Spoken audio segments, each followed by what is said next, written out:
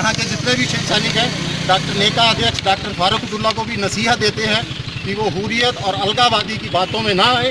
उन्हें ये चीज़ें शोभा नहीं देती। अगर वो सत्ता में वापसी चाहते हैं तो उन्हें यहाँ के युवाओं को रोजगार देना होगा। बेलगाम होती हुई महंगाई और जम्मू कश्मीर में शांति बहाली के लिए काम करना होगा। इसके साथ ही हम लाल चौक से हम पाकिस्तान को भी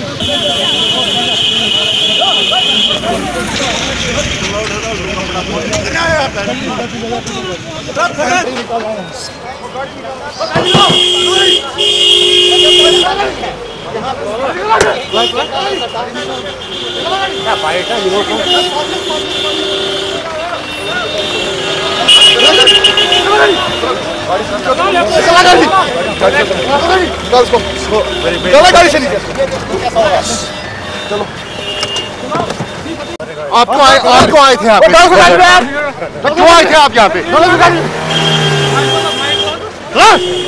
आप क्यों आए थे यहाँ पे?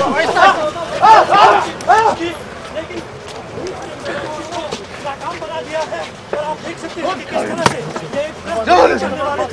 उसके बाद इन्हें प्रेस ब्रीफिंग से भी रोक लिया गया है।